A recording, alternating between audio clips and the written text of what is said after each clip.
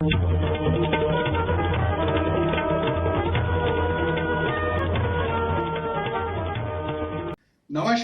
पूरब टाइम्स की पेशकश फटाफट ताजे समाचार में आपका स्वागत है। लेकिन उससे पहले निवेदन है कि यदि आपने यह चैनल सब्सक्राइब नहीं किया है तो सब्सक्राइब कर लें।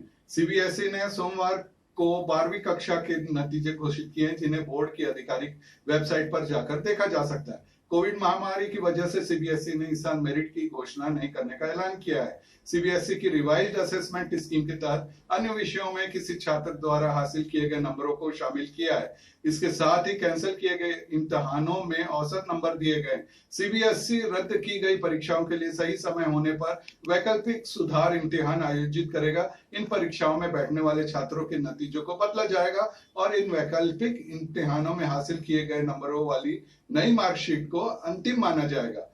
रूस की सेचेनोव यूनिवर्सिटी में रविवार को दुनिया की पहली कोरोना वायरस वैक्सीन का सफलतापूर्वक परीक्षण पूरा हुआ। जिन लोगों पर इस वैक्सीन का परीक्षण किया गया, उनमें से पहले समूह को 15 जुलाई को तथा दूसरे समूह को 20 जुलाई को अस्पताल से छुट्टी दे दी जाएगी। वैक्सीन के सुरक्षित होने की पुष्टि हो चुकी है और यह मौजूदा समय में बाजार में उपलब्ध टीकों के समान सुरक्षित है। उनके द्वारा आगे की वैक्सीन विकास योजना पर पहले से ही उत्पादन रणनीति निर्धारित की जा रही है। सुप्रीम कोर्ट ने 2011 के केरल हाई कोर्ट के फैसले को पलटते हुए कहा है कि 1 लाख करोड़ से ज्यादा संपत्ति वाले तिरुवनंतपुरम के पद्मनाभम स्वामी मंदिर का संचालन त्रावणकोर शाही परिवार ही करेगा। दरअसल हाईकोर्ट ने वित्तीय अनियमितताओं के आरोपों को लेकर राज्य सरकार को मंदिर प्रबंधन अपने हाथों में लेने का निर्देश दिया था, जिसे सुप्रीम कोर्ट में चुनौती दी गई थी।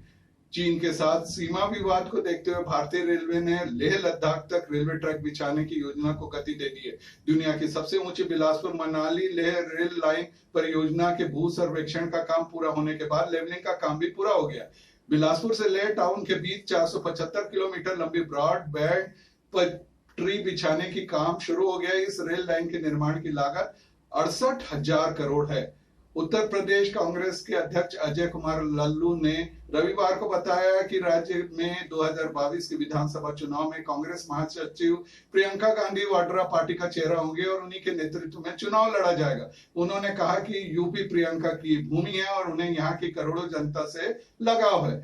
हरियाणा के मुख्यमंत्री मनोहर लाल खट्टर ने कहा है कि राज्य में छात्राओं के संस्थान उनके ग्रेजुएशन डिग्री के साथ उनके पासपोर्ट भी देंगे। उन्होंने कहा कि पासपोर्ट बनाने की प्रक्रिया कॉलेज में ही पूरी की जाएगी। उन्होंने घोषणा 100 विद्यार्थियों को लर्नर ड्राइविंग लाइसेंस और मुफ्त हेलमेट देने के लिए आयोजित हर सर हेलमेट कार्यक्रम में की। राजस्थान में जारी सियाची संग्राम में मुख्यमंत्री अशोक गहलोत की सरकार बचती हुई दिख रही। साथ ही उप मुख्यमंत्री सचिन पायलट के बगावत का सरकार को ज्यादा नुकसान होता नहीं दिख रहा है। कांग्रेस विधायक दल की बैठक के पहले कैमरे के सामने मुख्यमंत्री अशोक गहलोत ने शक्ति प्रदर्शन किया। दावा किया जा रहा है कि 102 विधायक बैठक में मौजूद थे। 18 विधायक और पायलट को मिलाकर 3 मंत्री इस बैठक में नहीं पहुंचे। सूत्रों का कहना है कि बीजेपी के साथ बात न बनने के बाद कांग्रेस के बागी नेता सचिन पायलट के समर्थक 24 विधायकों में से आधे चिटक गए।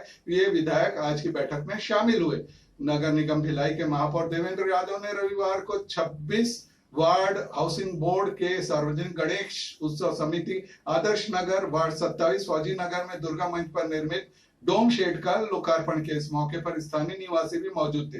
महापौर देवेंद्र यादव ने कहा 10-10 लाख की लागत से 3 स्थानों पर गणेश मंच पर डोम शेड तैयार किया गया। यह हर मौसम में उपयोगी साबित होगा। दुर्ग नगर निगम के सभापति राजेश यादव ने 50 लोगों को प्रेरित कर रक्तदान करवाया। दुर्ग जिला चिकित्सालय में कोरोना महामारी के चलते मात्र 45 यूनिट रक्त शेष था। सभापति यादव ने अपने साथियों की जिला चिकित्सालय में जांच कराई, जिसके बाद लोगों ने ब्लड बैंक में जाकर रक्तदान किया। छत्तीसगढ़ के उत्तरी हिस्से में कुछ जगह रविवार को 30 से 40 मिलीमीटर तक वर्षा हुई। कहीं कहीं हल्की बौछारें भी पड़ी।